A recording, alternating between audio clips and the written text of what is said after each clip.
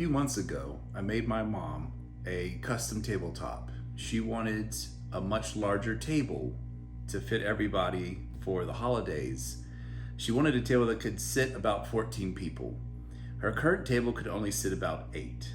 The tabletop that she wanted me to make was about 8 feet by 5 feet. The tabletop was about 300 pounds.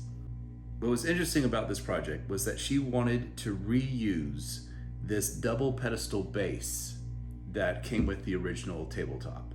The issue was that the double pedestal base was sized for a 36 by 72 inch tabletop that weighed probably 60 pounds. While this table was nice and stable this way, it would rock horribly in this direction. I sent my mom some ideas about bases that would probably work better to get an idea of what kind of style she was going for. And she really loved this $1,600 flowy line design base that looked like a tree.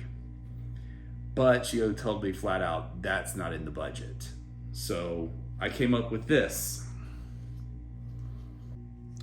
So the idea was that this base would be sized in such a way that it would offer way more rigidity in this direction and in this direction than the two small pedestal bases that were currently being used to hold up the tabletop that I had made.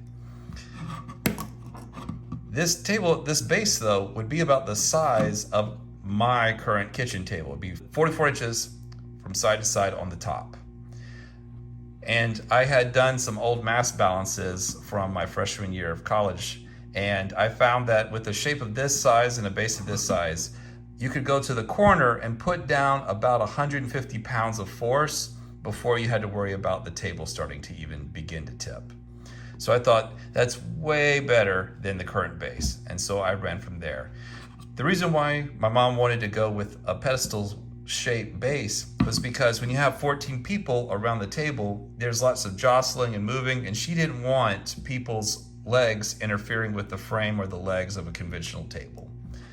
This design was inspired by that flowy line base, and to keep things under budget, I thought this would be a good experiment to do with construction lumber. And I knew I could make all the shapes. My big concern on this project was right here. I knew that if I cut all of these bottom pieces, if I cut the bottom flat, I could glue and mount this in, and this would all come together wonderfully. The problem is that it's impossible to make a perfectly flat panel.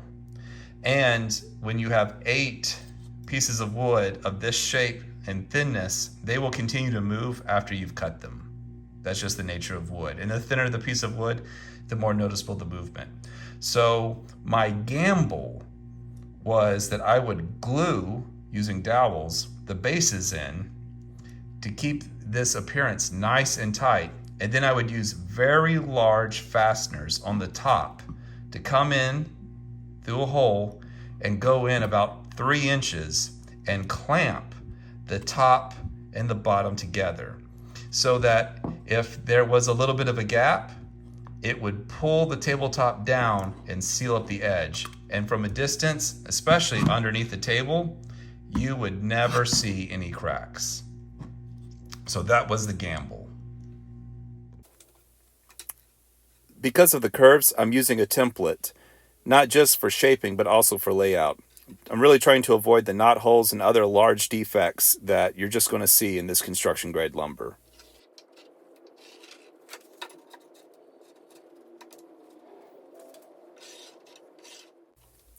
Next thing, I just cross-cut the pieces to size, just roughly. I'm doing it with my track saw because I like the dust collection. Oddly enough, I have no trouble ripping this wood with my track saw, but as you'll see in a moment, I'm going to have trouble cross-cutting.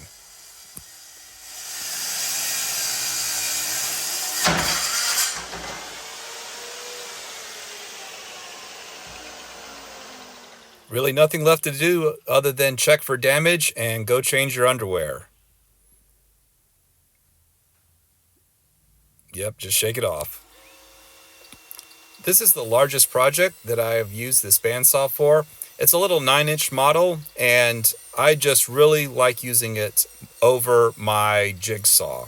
However, I'm still getting the hang of it, and small jigsaws have small room for miscalculation or misplanning. As you can see here, I just tried to smoothly run down the line, and I just ran out of space. There's just not enough room, so end up having to get creative and go back and try cutting a different route and seeing, oh, nope, that's not going to get me out either. So then I have to go back and cut again, and it's just a real learning process.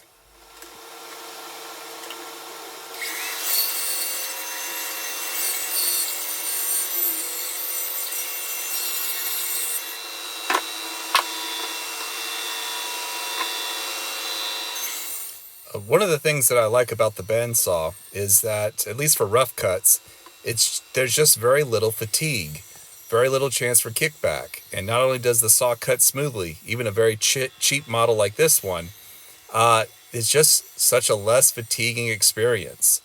Also, with the very thin blade, you can get really close, and cutoffs are less wasteful than sawdust. Well, now that I've got the legs sized up, now it's just time for me to glue and treat the edges of the boards that are going to go into the panel. So I'm gluing up a panel for the bottom and a panel for the top. Right now it looks like I'm working on the top panel.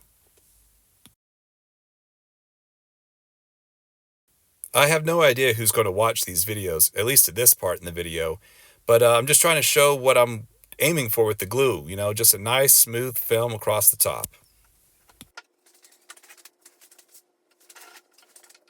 When they talk about you can never have too many clamps, what they're talking about is gluing up panels. It just doesn't matter how many clamps you think you have, you'll always find a use for more.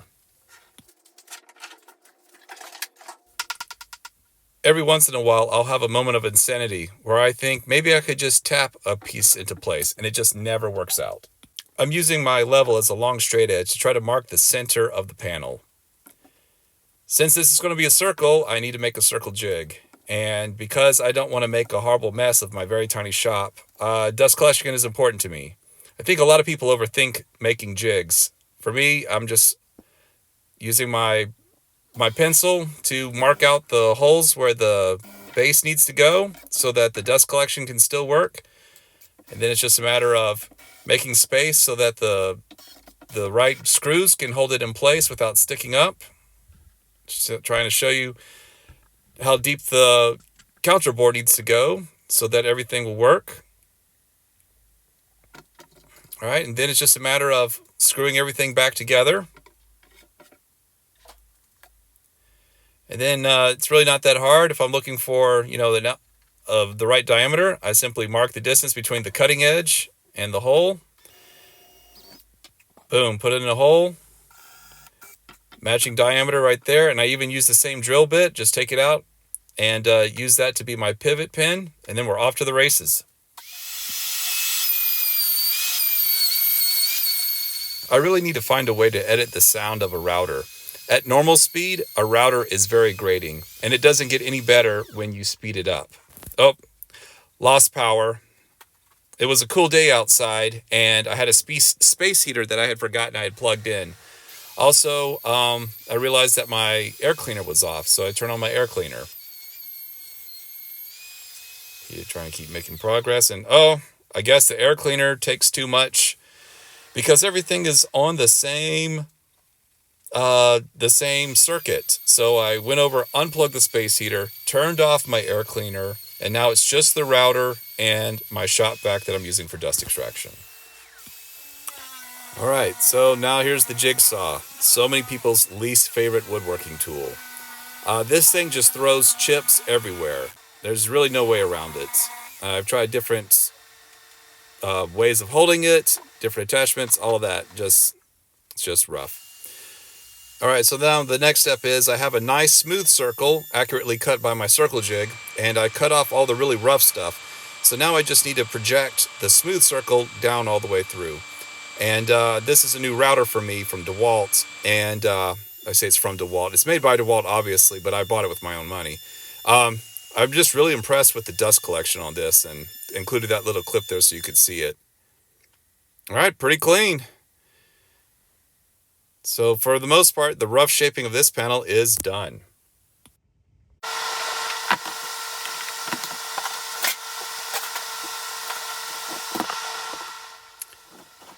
Something that I had forgotten about, because it's been a long time since I've done a big project with construction grade lumber, is just how resinous it could be.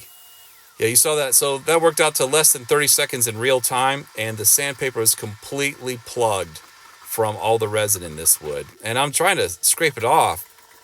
And so 2 issues. 1, the sandpaper was clogging. And 2, it wasn't moving it a lot as fast as I wanted to. So I just got out the old jack plane and went to town trying to knock the high spots off.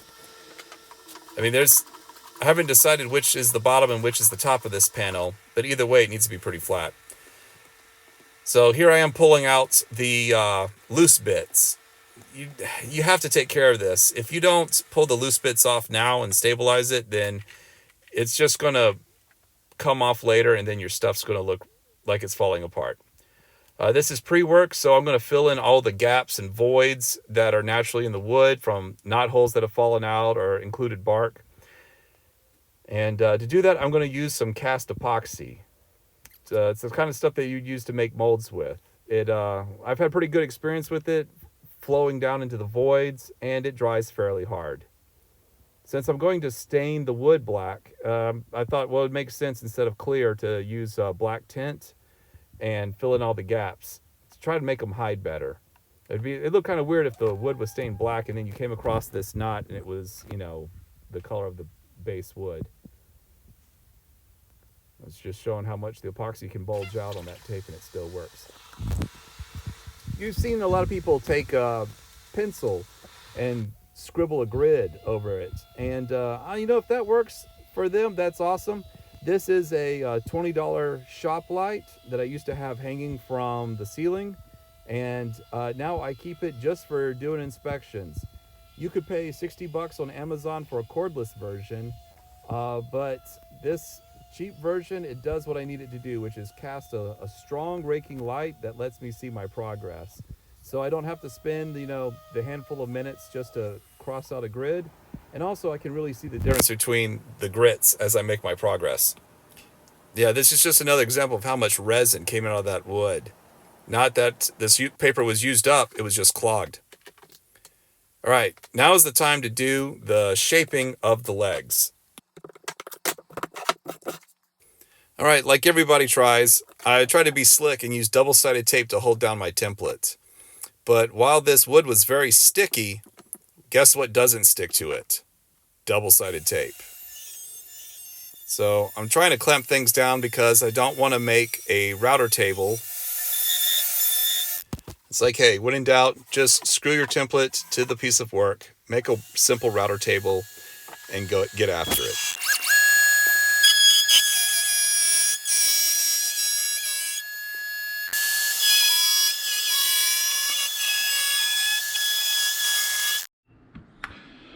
Well, it got down to 20 degrees last night, which means it got down to like 40, 45 in the shop.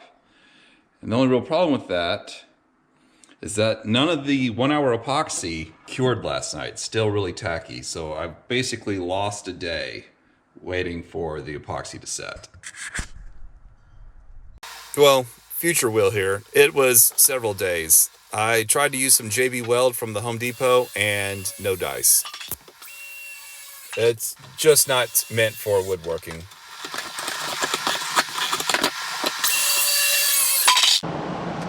This is where I store my planer sled. Sometimes it doubles as a shelf when I don't have good discipline, and it's a pain in the butt to clean off, but this is where I keep it stored out of the way. And because it's 8 feet and I only have 9-foot ceilings, I really don't have a lot of storage options vertically with this shelf up here that runs around. All right, so I keep my planer on a simple stand, but I keep the in-feed and out-feed rollers stored up on the wall. So every time I want to use my planers for long runs, I have to go and recalibrate everything. But it's not a huge deal. It's very, very space efficient. Yeah, there's no easy way of doing this. If you have big pieces, it's just going to take a big sled, and it's going to take a lot of big lifts, and it's going to take a big time.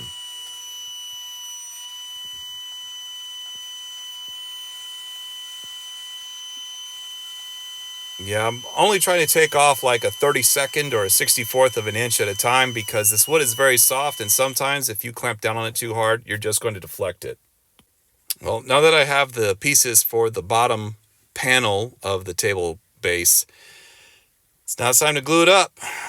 You know, when the first time I made a panel, I thought it was like magic. And now it's just like brushing your teeth. And again, there's never too many clamps. Just trying to clamp the edges together so that I don't have a lot of highs and lows. And now it's rinse and repeat, just like on the top of this table base. I'm using my simple router table as my circle jig for this one. That's just nothing to it.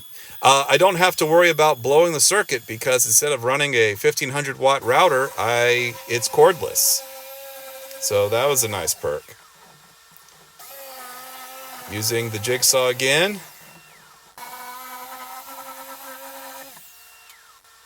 There we go. That's a close-up of the pattern bit, and it's just like the other panel that I did. Rinse and repeat. I really need to say something about this sander.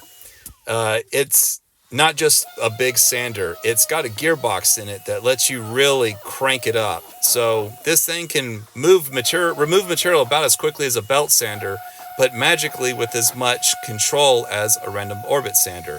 And the dust collection on it is just phenomenal. I mean, I imagine Festool might be better, but gosh, most of the time with my air cleaner running, which is suspended right over my workbench, I mean, and the dust collection on this thing going, I don't even smell the wood as I sand it. It's amazing. All right, this isn't really required, but I wanted all of the legs to have roughly the same profile. So I clamped them all together, and now I'm just sanding off the differences between all the thickest and thinnest and the roundest and the skinniest. Well, after final dimensioning of the top and the bottom parts, I realized that the legs that I'm going to use are too long. So I created a jig that measures the end from the radius from here to where it needs to be on the bottom versus the side of the table to the top for the pedestal base, and measure the offset. So not only do I get to use this opportunity to increase the sweep of the legs, which would be really cool, but I can trim them to their final length. Just something that I missed when I was drawing this on CAD initially. All right, here you can see the modification. I only needed to take a little bit off the height, and I took this opportunity to greatly increase the rake by taking a little off at the toe, but keeping the heel the same. See more clearly this way. All right, now time to copy this 7 times. And so now to copy it, I just clamp everything together as best I can using the back curvature that I'd sanded uniform amongst all the legs. So that'll be my reference curve. And this is my reference point right here, this edge. We'll see how it copies. Future Will here, it did not copy well at all. It was just too cumbersome.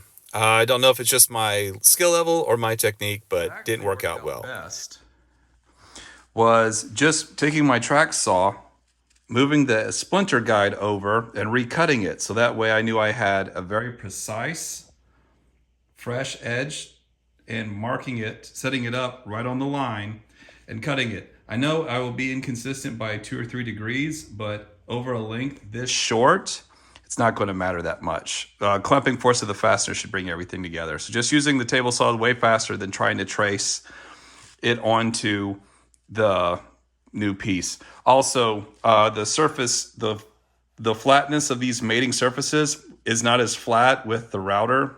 There's like little bitty bumps and ridges, and when I do it with the track saw, it's much smoother.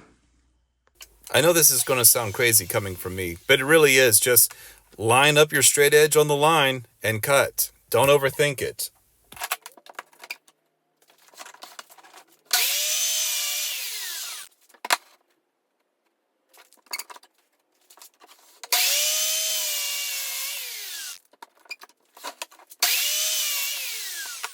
All right, so I want this to look more organic, and roundovers, soft flowing edges, that really helps with the illusion. Trying to make it look more like the tree that inspired it.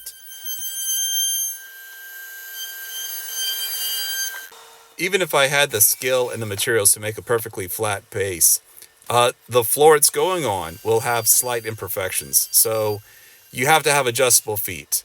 I really think it will help make the table more stable in the future. So these are threaded inserts that make the process of adjusting the feet a lot easier.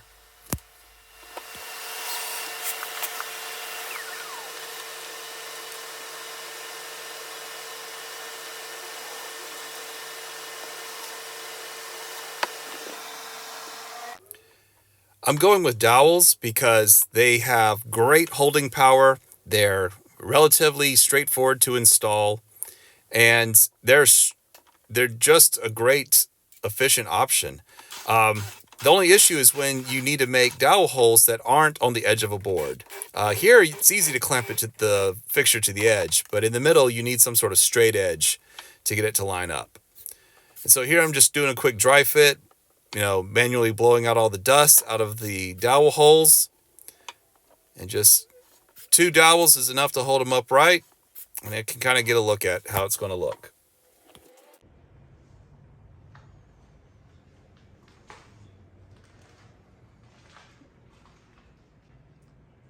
We can really see that tree trunk shape really starting to take form. And I couldn't help myself, so I just had to put the top on.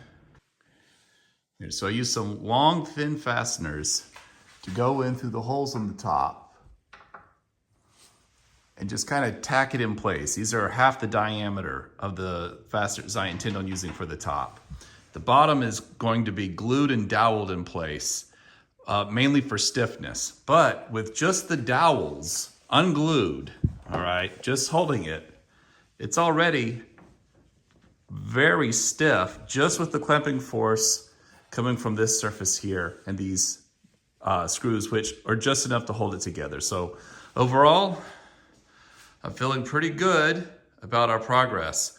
I think I have marked everything that I need to mark. I probably, to make sure that everything goes back together, I'm going to need to name like this hole 1, this leg 1, and this base 1, so that everything goes back together. Because even though I tried real hard to make everything everything exact, it's still going to be some uniqueness to it. So to make sure everything goes back together, I'm going to have it numbered. Future Will here again. In my excitement to make progress, I forgot to number the things.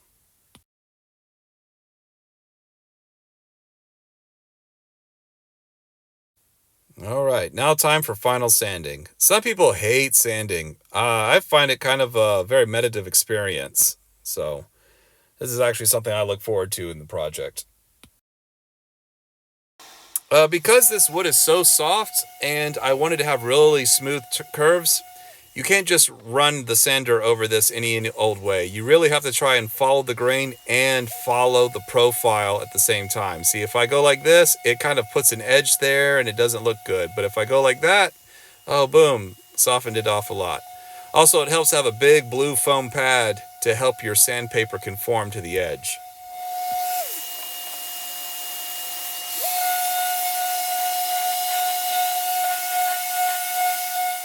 In case you think this part was quick and easy, what you're seeing is played back at 6 times normal speed.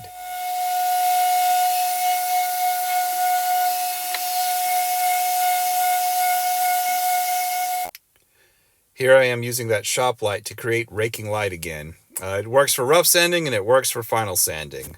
Highly recommend it. It's $20 you won't regret spending if you don't already have it. The great thing about this situation was I already had the light. If you're watching this on your phone, in 480p, you're really not going to see the difference between the 80 grit swirl marks and the 120 grit swirl marks. So you'll just have to trust me that they are there. I know chances are nobody will ever see the bottom of this table, but I would know it was there. So during the staining, I made sure to stain the areas around the feet as well. I'm using Pre-Color Easy. I wanted a piano black color to this wood, and this Rubio product is the best stain I've ever had. It's like pouring out a Sharpie. It does not go very far, particularly in this wood. I mean, but it's like spilling black ink. Any colors. This video doesn't do a good job of showing all the different reds and oranges and yellows that were present in this wood, and all of that just goes away. It's all just piano black now, and I was really happy with the result.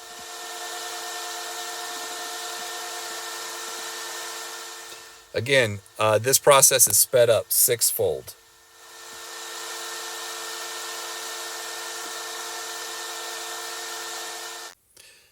I like that I had the feet threaded on, so then I could just flip it over and not worry about the table accidentally gluing itself to my project.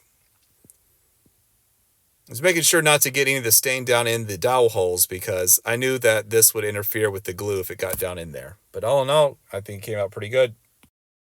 All right, and then the final coat is the Rubio Monocoat. It's a wax and oil combination, and I just really like the durable but smooth finish it leaves behind. You don't have to worry about dust or bugs landing in it or anything like that. It's water resistant, and while it may not be the toughest thing out there, it's super easy to repair, and it really gives me that soft, flat, piano black look that I was hoping to go for. Again, this is the base of the table, and I didn't want to take attention away from the tabletop.